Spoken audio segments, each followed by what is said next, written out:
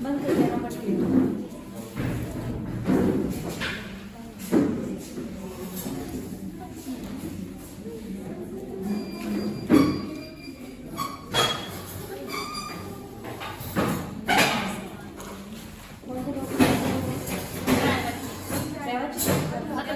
हो गया था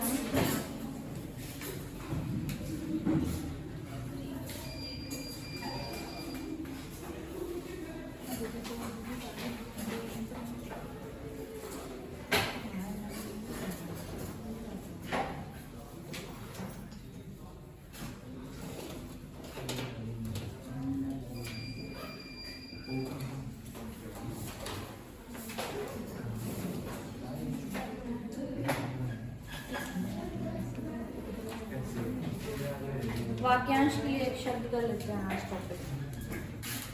वाक्यांश के लिए एक शब्द, वाक्यांश के लिए एक शब्द।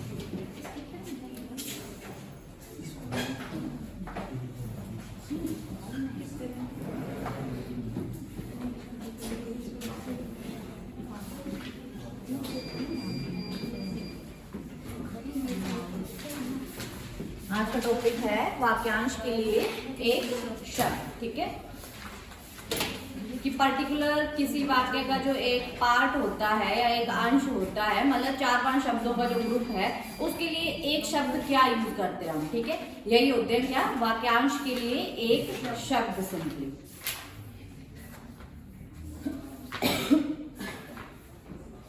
चलो शुरू करते हैं। सबसे पहला जो वाक्य है हमारे लिए वो है जो कम खाता हो। जो कम खाता हो, उसके लिए एक शब्द क्या यूज होता है, जो कम खाता हो। हाँ जी, क्या अंकुश इसी ने बोला ना। क्या होता है जो कम खाता हो, उसको क्या बोलते हैं सिंपली, एक शब्द क्या है उसके लिए, अल्पाहारी।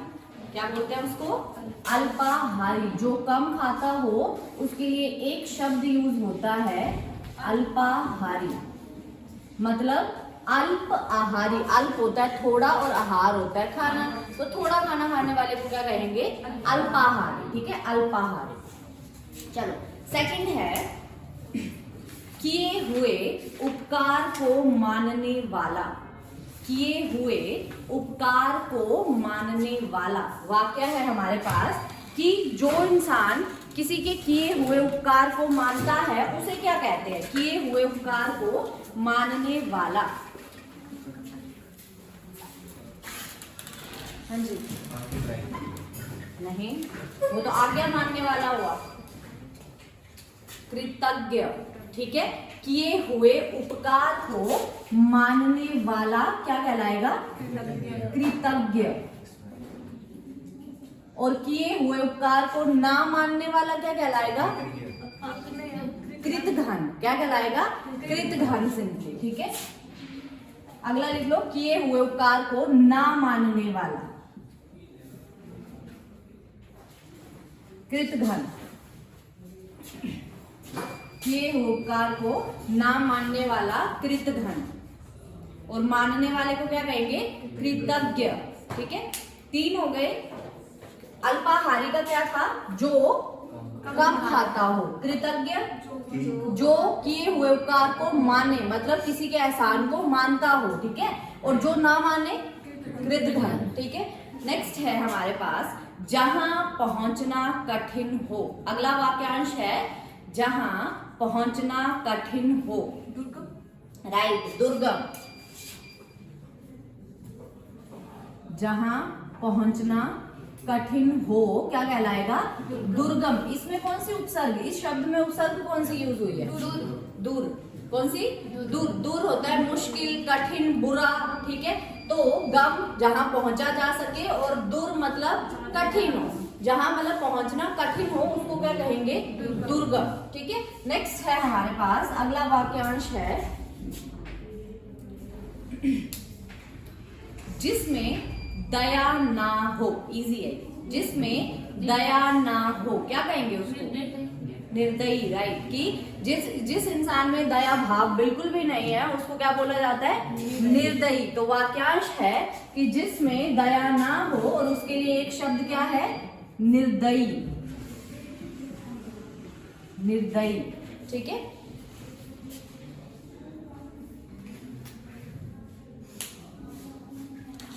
नेक्स्ट है, हाँ जी, अगला वाक्यांश है जो सूक्ष्म चीजें दिखाता हो, जो सूक्ष्म चीजें दिखाता, मतलब छोटी से छोटी चीज जो दिखाता, सूक्ष्मदर्शी, ठीक है। क्या बोलते हैं उसको?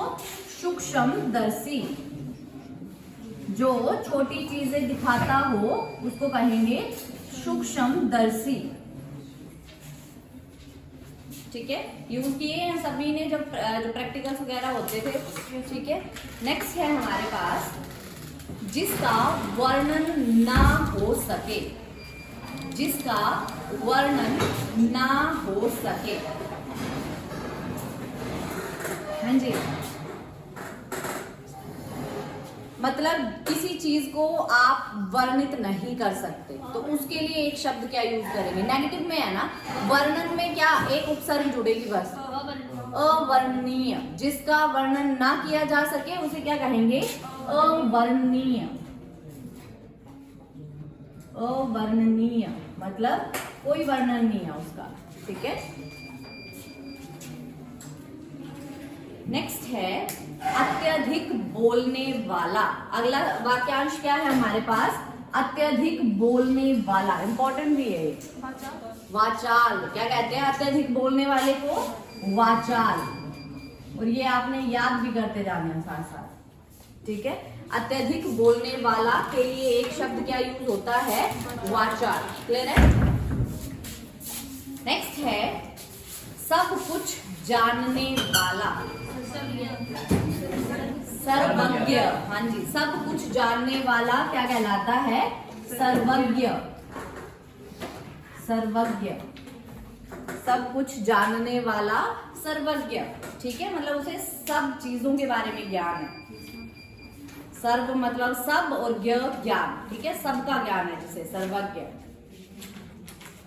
जानने की इच्छा, सिर्फ वाक्यांश है जानने की इच्छा, क्या कहलाएगी?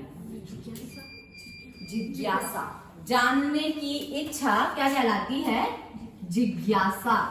और यहाँ पे जो एक चीज कंफ्यूज करती है और होते भी है मोस्टली, एक होता है जानने की इच्छा और एक होता है जानने की इच्छा रखने वाला। तो जानने की इच्छा तो जिज्ञासा है, लेकिन इच्छा रखने वाला जिज्ञासु। सिंपली अगर मान लो मुझे कोई इच्छा है ना, तो वो मेरी जिज्ञासा है किसी चीज के बारे में, ठीक है। लेकिन मुझे क्या कहेंगे? जिसने इच्छा रखी हुई है तो जिज्ञासु, ठीक है। तो अगला वाक्य जो रहेगा वाक्यांश जानने की इच्छा रखने वाला, डिफरेंस है दोनों में, ठीक है। तो क्या कहलाएगा? जिज्ञासु। मतलब जो इच्छा रख रहा है वो जिज्ञासु और जो इच्छा है वो कहलाएगी जिज्ञासा। क्लियर है ये दोनों में डिफरेंस, ठीक है। नेक्स्ट है हमारे पास दूर की बात सोचने वाला। दूर की बात सोचने वाला मतलब जो लंबी दृष्टि रखता हो काइंड ऑफ, और फ्यूचर के बारे में भी सोचता हो। दूर की बात सोचने वाला क्या कहते हैं उसको? दूरदर्शी। क्या कहलाएगा? दूरदर्शी। मतलब दूर की बात सोचता है, आगे की सोच के चलता है सिंपली, ठीक है। उसको कहेंगे दूरदर्शी। क्लियर है ये, ठीक है। जिसमें कोई विकार ना हो। अगला हमारे पास वाक्यांश है जिसमें कोई विकार ना हो। अविकारी मतलब विकार क्या होता है? परिवर्तन। कि जिसमें कोई भी चेंज ना आए, कोई परिवर्तन ना आए, तो उसको क्या कहते हैं? अविकारी। और विकारी क्या होता है फिर? जिसमें परिवर्तन आए। वो भी पढ़ा था ना हमने, विकारी और अविकारी शब्द। तो विकारी शब्द कौन से होते थे? जिसमें चेंज आता है, संज्ञा सर्वनाम और इन सब के मतलब विभाग पे चेंज आता है, और जिनमें नहीं आता वो अविकारी कहलाते हैं। ठीक है, तो अविकारी जिसमें परिवर्तन ना आए, सिंपली विकार ना आए। ठीक है, नेक्स्ट है हमारे पास जिसमें संदेह ना हो, निसंदेह। ठीक है, जिसमें संदेह ना हो उसे क्या कहेंगे? निसंदेह। निसंदेह, कोई डाउट ना हो जिसमें सिंपली। ठीक है,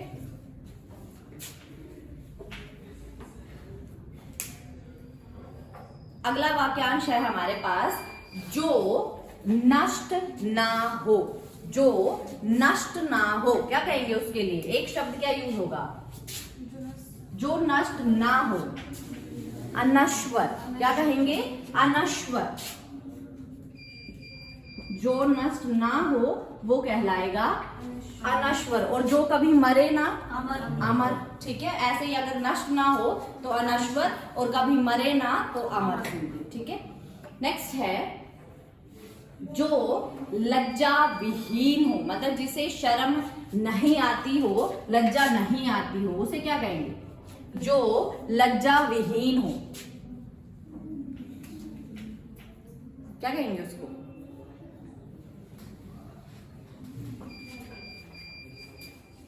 निर्लज। निर्लज। ठीक है, क्या कहेंगे? निर्लज।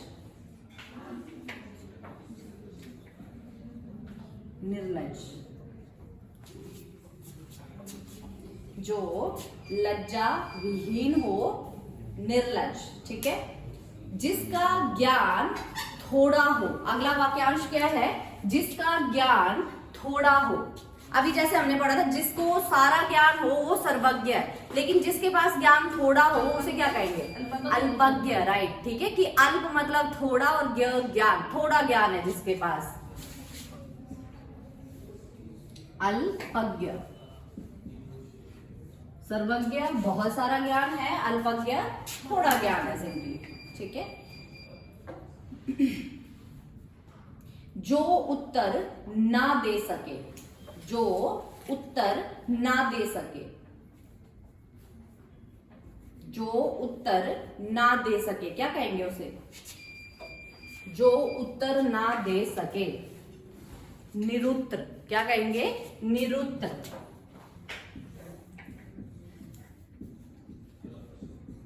जो उत्तर ना दे सके, निरुत्तर। निर उपसर्ग लगी है और आगे है उत्तर, निरुत्तर सिंपल। ठीक है, नेक्स्ट है दुष्ट बुद्धि वाला या फिर बुरी बुद्धि वाला, सिंपली नेगेटिव इंटेलिजेंस है जिसकी, दुष्ट बुद्धि वाला।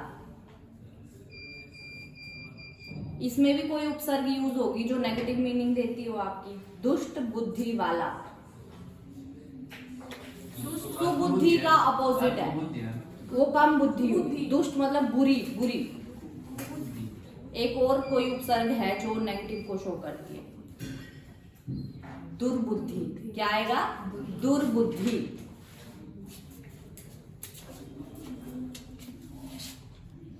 ये शो हो रहा है जो मैं लिख रही हूँ, एक बार देखो। नहीं हो रहा? हो गया मैंने। दुर्बुद्धि।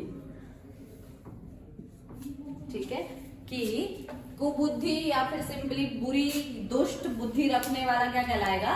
दुर्बुद्धि। क्लियर है ये? नेक्स्ट है जो प्राणी जल में रहें।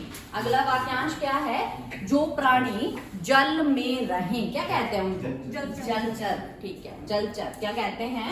मतलब जल में रहने वाले प्राणी, जलचर। स्थल में रहने वाले को स्थलचर। अगला वाक्यांश है हमारे पास जिसका कोई आकार ना हो, निराकार। राइट, जिसका कोई आकार ना हो क्या कहलाता है? निराकार। निर जमा आकार, ये वाली उपसर्ग यूज हुई है निर यहाँ पे, ठीक है, निराकार।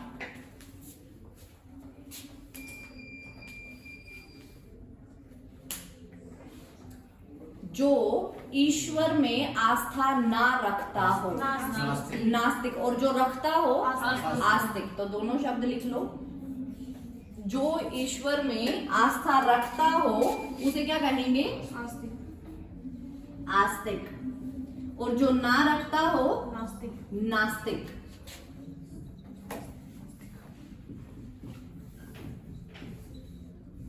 ठीक है, ये आस्तिक और नास्तिक। जो रखता है वो कहलाता है आस्तिक, और जो नहीं रखता वो कहलाता है नास्तिक। ठीक है,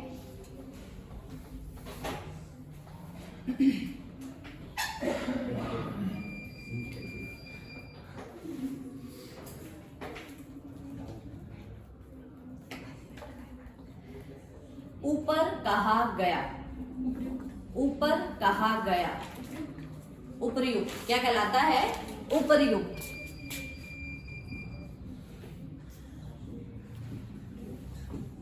ऊपर कहा गया उपर्युक्त। क्लियर है? और ऊपर लिखा गया, ऊपर लिखा गया, ऊपरी लिखित क्या कहलाता है?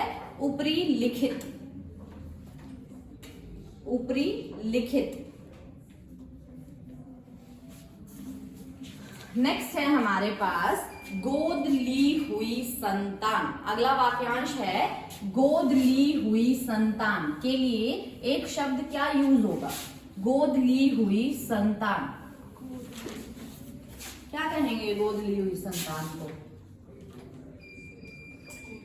दत्तक क्या कहते हैं? दत्तक। ठीक है, दत्तक सुना होगा आपने, ये दत्तक पुत्र हैं या पुत्री हैं, मतलब गोद लिए हो जिनके। ठीक है, अपनी हत्या करने वाला, आत्महत्या, अपनी हत्या कहलाएगी आत्महत्या, लेकिन अपनी हत्या करने वाला क्या कहलाएगा? अपनी हत्या करने वाला मतलब जिसने खुद को खुद ही मारा, सुसाइड किया हो।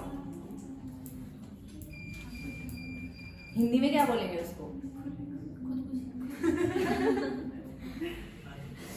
मतलब वो इंसिडेंस खुदकुशी है या आत्महत्या है, लेकिन करने वाले को क्या बोलेंगे? जैसे जिज्ञासा और जिज्ञासु है ना, सेम ऐसा ही है ये।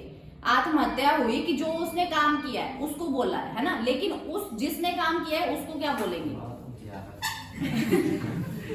आत्मघाती, खुद को आघात पहुंचाने वाला, सिंपली। ठीक है, आत्मघाती याद रहेगा अब, आत्मघाती। अपनी हत्या कहलाएगी आत्महत्या, लेकिन जो खुद करेगा उसको क्या कहेंगे? आत्मघाती, खुद को नुकसान पहुंचाने वाला, सिंपली। ठीक है, देन आपका अगला शब्द है, शब्द या वाक्यांश है नियम के विरुद्ध बात। नियम के विरुद्ध बात मतलब ऐसी कोई चीज जिस पर नियम लागू नहीं हो रहे हैं। नियम के विरुद्ध बात। एक्सेप्शनल केसेस करते हैं ना, कई रूल्स आते हैं जिसपे कोई रूल यूज नहीं होते। हाँ, हिंदी में क्या बोलते हैं उसको? अपवाद। क्या बोलते हैं? अपवाद। नियम के विरुद्ध बात क्या कहलाती है? अपवाद, सिंपली। क्लियर है ये? ठीक है,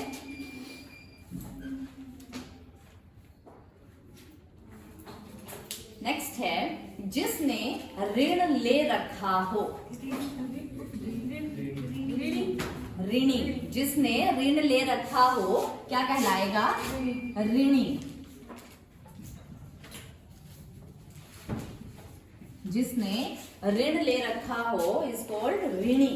ठीक है,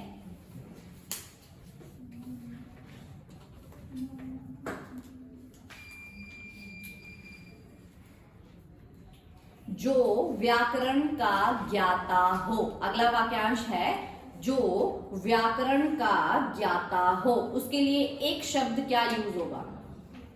मतलब जिसको व्याकरण की फुल नॉलेज है, जानते हैं उसके बारे में, तो उन्हें क्या कहेंगे? जो व्याकरण का ज्ञाता हो।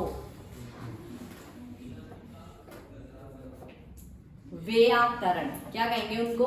व्याकरण। मतलब थोड़ा सा सिमिलर शब्द है लेकिन लिखते कैसे हैं?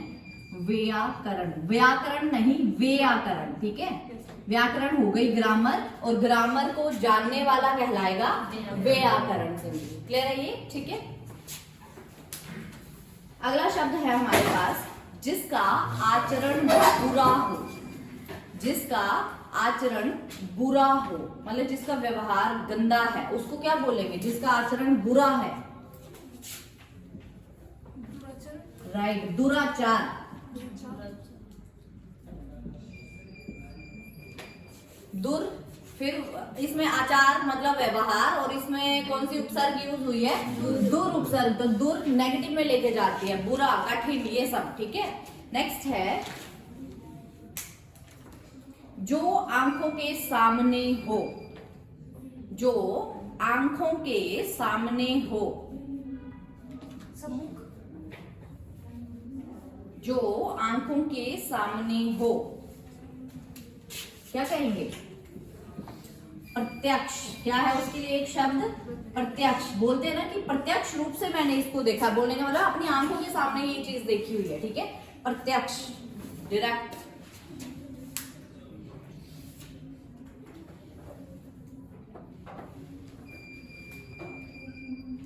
दस वर्षों का समूह। 10 वर्षों का समूह क्या कहते हैं हिंदी में उसको? एक शब्द क्या यूज होता है? 10 वर्षों का समूह। डेकेड बोलते हैं ना इंग्लिश में, हम हिंदी में क्या बोलते हैं उसको? दशक। राइट, क्या बोलते हैं? दशक। दशक। 10 वर्षों का समूह क्या कहलाएगा? दशक। और 100 वर्षों का समूह क्या कहलाएगा? शताब्दी। 100 वर्षों का समूह क्या कहलाएगा? शताब्दी। सेंचुरी से भी, शताब्दी। ठीक है। अगला है हमारे पास साफ कहने वाला। अगला वाक्यांश क्या है? साफ कहने वाला। कहने वाले को क्या कहते हैं? जो बोल रहा है उसको क्या कहते हैं? वक्ता। और साफ क्या है? स्पष्ट। ठीक है, तो साफ कहने वाला के लिए एक शब्द क्या यूज होगा? स्पष्ट वक्ता। क्या होगा? स्पष्ट वक्ता। स्पष्ट वक्ता। साफ कहने वाले के लिए एक शब्द है स्पष्ट वक्ता। ठीक है। नेक्स्ट है हमारे पास, अगला शब्द है मधुर बोलने वाला। मतलब जो मीठा बोलता हो, अच्छा बोलता हो, मधुर बोलने वाला। मधुर भाषी। क्या बोलेंगे? मधुर भाषी। मधुर बोलने वाला, मधुर भाषी। मधुर भाषी। क्लियर है ये? ठीक है। हाथ की लिखी हुई पुस्तक। हाथों की लिखी हुई पुस्तक। उसके लिए लिपि की बात नहीं की जा रही, पुस्तक की बात की जा रही है। हस्तलिपि के अलावा एक और शब्द यूज होता है उसके लिए, जो मतलब मोस्टली पूछा जाता है। हाथ की लिखी हुई पुस्तक को क्या कहेंगे? पांडुलिपि। क्या कहा जाता है? पांडुलिपि।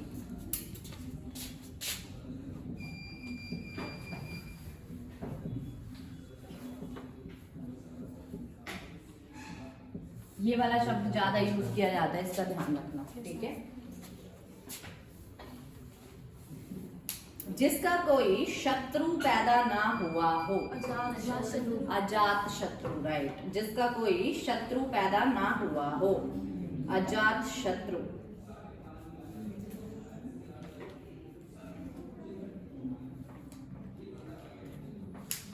ठीक है। अगला जो हमारे पास वाक्यांश है दैट इज जो कभी बूढ़ा ना हो। जो, हाँ जी, कभी बूढ़ा ना हो के लिए एक शब्द है अजर। और जो कभी मरे ना, अमर। ठीक है, तो ये अजर मतलब जो कभी बूढ़ा ना हो।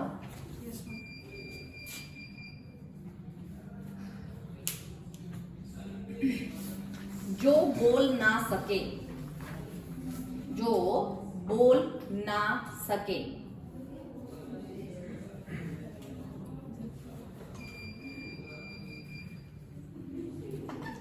मूक, क्या कहेंगे हिंदी में उसको?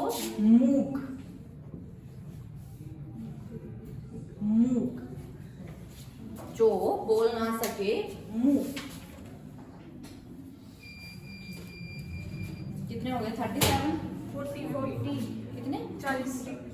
मेरे क्या पीछे रह गए? क्योंकि मैम आपने अच्छा, बीच में 2-3 मैंने लिखे हैं।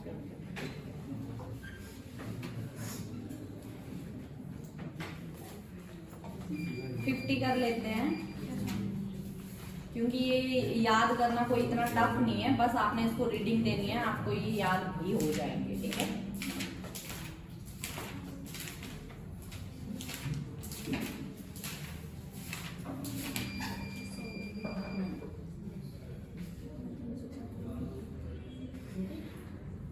नेक्स्ट लिखो, वह रोग जिसका ठीक होना कठिन हो।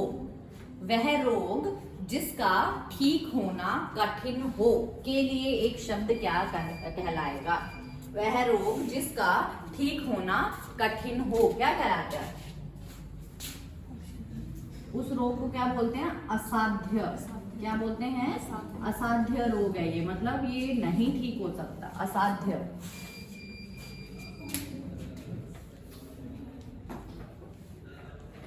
नेक्स्ट है हमारे पास, आवश्यकता से अधिक धन ग्रहण ना करना। आवश्यकता से अधिक धन ना ग्रहण करना मतलब जितनी जरूरत है सिर्फ उतना धन प्राप्त करना, उसको क्या कहेंगे? एक शब्द क्या है उसके लिए? आवश्यकता से अधिक धन का ग्रहण ना करना क्या कहलाता है? एक शब्द इसके लिए अपरिग्रह। क्या कहलाता है? अपरिग्रह। और जो आवश्यकता से अधिक धन इकट्ठा करे या ग्रहण करे, परिग्रह सिंपली। ठीक है, तो अपरिग्रह, आवश्यकता से अधिक धन का ग्रहण ना करना क्या कहलाएगा? अपरिग्रह। ठीक है ये। और आवश्यकता या उचित मात्रा से, आवश्यकता सिंपली लिख लो, आवश्यकता से अधिक खर्च करने वाला। आवश्यकता से अधिक खर्च करने वाला क्या कहलाता है? आवश्यकता से अधिक खर्च करने वाला, आवश्यकता से अधिक खर्च करने वाला मतलब जो जितनी जरूरत हो उससे ज्यादा खर्च कर रहे हैं, उनको क्या कहेंगे? अपव्ययी। क्या बोलते हैं उनके लिए? एक शब्द क्या यूज होगा? अपव्ययी। अपव्ययी। और आवश्यकता से कम खर्च करने वाले को क्या कहेंगे? मितव्ययी। ठीक है, अपव्ययी होता है आवश्यकता से अधिक खर्च करने वाला।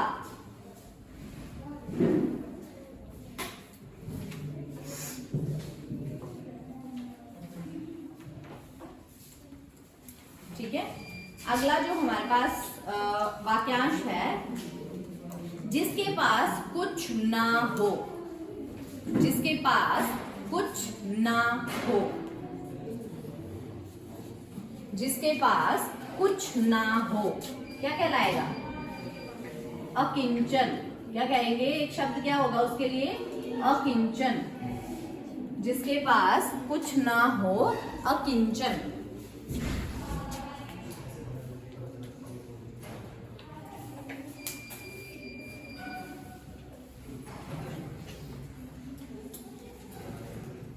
जिसके आने की तिथि ज्ञात ना हो। हाँ जी, जिसके आने की तिथि ज्ञात ना हो मतलब कभी भी आ सकते हैं, वो कौन होते हैं? मेहमान, अतिथि। जिसके आने की तिथि ज्ञात ना हो उसे क्या कहेंगे? अतिथि।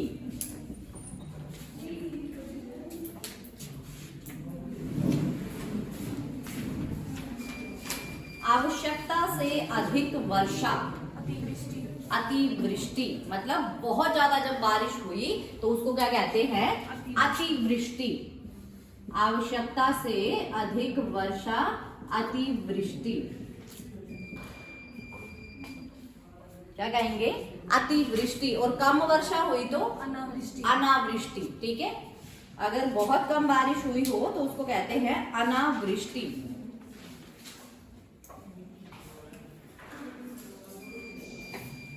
अगला है किसी बात को बढ़ा चढ़ाकर कहना। अतिशयोक्ति। राइट, किसी बात को, ये आपका क्या है? अलंकार भी है ना। किसी बात को बढ़ा चढ़ाकर कहना कौन सा अलंकार है ये? अतिशयोक्ति अलंकार। मतलब जो चीज हुई है उससे डबल जब हम बोलते हैं सिंपली। ठीक है, अतिशयोक्ति। किसी बात को बढ़ा चढ़ाकर कहना क्या कहा जाता है? अतिशयोक्ति। अतिशयोक्ति। कितने हो गए? 49। एक और लिख लो। जिसके बराबरी का कोई ना हो, या जिसके जैसा कोई दूसरा ना हो। जिसके बराबरी का कोई ना हो। अभी हमने पर्यायवाची शब्द किए है ना, इसका मैं आपको पर्यायवाची शब्द बताती हूँ। अनुपम। अब इस वाक्य का निकालो कि जिसके जैसे दूसरा कोई भी ना हो। अद्वितीय। क्या आएगा? अद्वितीय। जिसके जैसा दूसरा कोई ना हो सिंपली। द्वितीय मतलब दूसरा, और अ लग गया तो नेगेटिव में चला गया। अद्वितीय, दूसरा कोई भी नहीं सिंपली। ठीक है, तो क्या रहेगा? अद्वितीय। द्वितीय। ठीक है, जिसके जैसा दूसरा कोई ना हो। हो गया? एक बार कॉपी देना जिसमें पूरा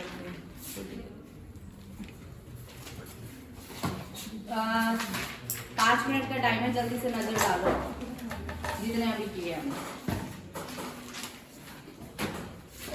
जल्दी जल्दी।